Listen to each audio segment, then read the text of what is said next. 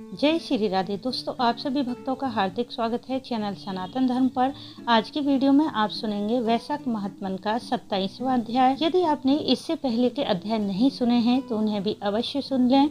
साथ ही वीडियो को लाइक करना न भूलें। आपके लाइक द्वारा ही हमारा प्रयास सफल होता है, इसलिए इस वीडियो को ज़्यादा से ज़्यादा लाइक करें। साथ ही कमेंट बॉक्स में भगवान श्री हरि नारायण का जयकारा लगा दें।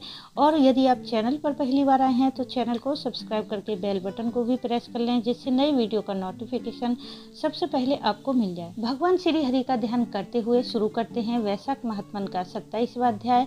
अध्याय है वैशाख मास की अंतिम 3 तिथियों की महत्ता। श्रुतदेव जी कहते हैं कि राजेंद्र, वैशाख मास के शुक्ल पक्ष में जो अंतिम 3 त्रयोदशी से लेकर पूर्णिमा तक की तिथियां हैं, वे बड़ी पवित्र और शुभकारक हैं। उनका नाम पुष्करणी है। वे सब पापों का क्षय करने वाली हैं। जो संपूर्ण वैशाख मास में स्नान करने में असमर्थ हैं, वह साधक यदि इन 3 तिथियों में स्नान कर लें तो उन्हें वैशाख मास का पूरा फल प्राप्त होता है। पूर्व काल में वैशाख मास की एकादशी तिथि को शुभ अमृत प्रकट हुआ था।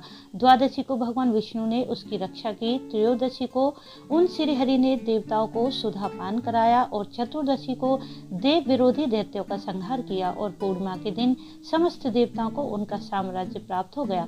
इसलिए देवताओं ने संतुष्ट होकर इन 3 तिथियों को वर दिया। वैशाख मास की ये 3 शुभ तिथियां मनुष्यों के पापों का नाश करने वाली हैं तथा उन्हें पुत्र पौत्रादि फल देने वाली हैं। जो मनुष्य इस संपूर्ण मास में स्नान न कर सका हो, वह इन तिथियों में स्नान कर लेने पर पूर्ण फल को पाता है।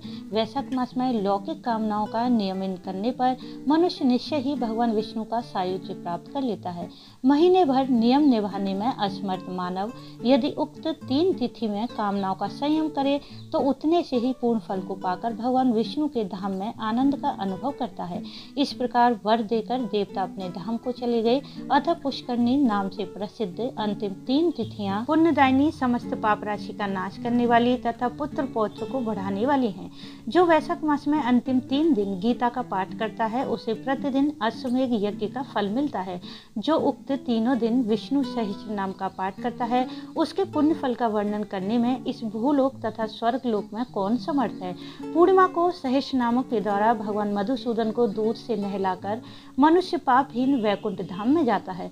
वैशाख मास में प्रतिदिन भागवत के आधे या चौथाई श्लोक का पाठ करने वाला मनुष्य ब्रह्म भाव को प्राप्त होता है। जो वैशाख के अंतिम 3 दिनों में भागवत शास्त्र का श्रवण करता है, वह जल से कमल के पत्ते की भांति कभी पापों से लिप्त नहीं होता। उक्त तीनों दिनों के सेवन से कितने ही मनुष्य ने देवत्व प्राप्त कर लिया, कितने ही सिद्ध हो गए और कितनों ने ब्रह्मत्व प्राप्त किया। ब्रह्म ज्ञान से मुक्ति होती है अथवा प्रयाग में मृत्यु होने वैशाख मास में नियम पूर्वक प्रातः काल जल में स्नान करने से मोक्ष की प्राप्ति होती है। इसलिए वैशाख के अंतिम 3 दिनों में स्नान, दान, भगवत पूजन आदि अवश्य करना चाहिए। वैशाख मास के उत्तम महात्मन का पूरा वर्णन रोग शोक से रहित जगदीश्वर भगवान नारायण के सिवा दूसरा कौन कर सकता है। तुम भी वैशाख मास में दान आदि उत्तम कर्म का अनुष्ठान करो, इससे निश्चय ही तुम्हें भोग और मोक्ष की प्राप्ति होगी। इस प्रकार मिथिलापति जनक को उपदेश देकर श्रुतदेव जी ने उनकी अनुमति ले वहां से जाने का विचार किया।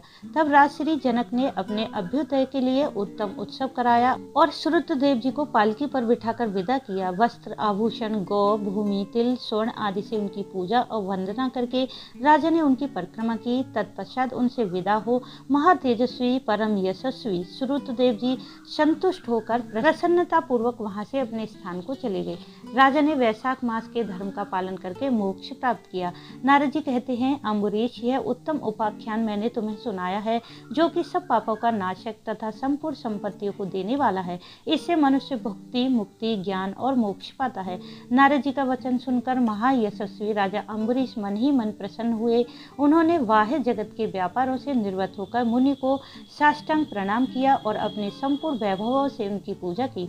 तत्पश्चात उनसे विदा लेकर देवऋषि नारद दूसरे लोक में चले गए, क्योंकि दक्ष प्रजापति के श्राप से वे एक स्थान पर नहीं ठहर सकते थे। राजश्री अम्बरीश भी नारद जी के बताए हुए सब धर्मों का अनुष्ठान करके निर्गुण पर ब्रह्मा परमात्मा में विलीन हो गए। जो इस पापनाशक पुण्यवर्धक उपाख्यान को सुनता अथवा पढ़ता है, वह परम गति को प्राप्त होता है। जिनके घर में यह लिखी हुई पुस्तक रहती है, उनके हाथ में मुक्ति आ जाती है। फिर जो सदा इसके श्रवण में मन लगाते हैं, उनके लिए तो कहना ही क्या है। बोलो भगवान श्री हरि नारायण की जय। तो दोस्तों यह था वैशाख महात्मन का 27वां अध्याय। उम्मीद है आपको यह अध्याय पसंद आया होगा। यदि आपने पूरे वैशाख मास का स्नान दान नहीं किया है तो आप वैशाख मास की अंतिम 5 तिथियों में स्नान दान व्रत पूजा पाठ करते हैं तो इससे आपको वैशाख मास के पूरे महीने का पुण्य फल प्राप्त हो जाता है और भगवान श्री हरि की कृपा मिलती है। तो यदि आप वैशाख मास की अंतिम तिथियों के बारे में संपूर्ण रूप से जानना चाहते हैं कि इन तिथियों में किस प्रकार स्नान करें, दान पूजा पाठ व्रत कैसे करें, इन सभी बातों की जानकारी की वीडियो मेरे चैनल पर अपलोड है। आप एक बार चैनल पर विजिट करके यह जानकारी देख सकते हैं। यदि आपको वीडियो अच्छी लगती है तो इसे लाइक और शेयर करना न भूलें। यदि आप चैनल पर पहली बार आए हैं तो चैनल को सब्सक्राइब करके बेल बटन को प्रेस कर लें, जिससे नई वीडियो का नोटिफिकेशन सबसे पहले आपको मिल जाए। वीडियो अंत तक देखने के लिए आपका धन्यवाद। राधे राधे।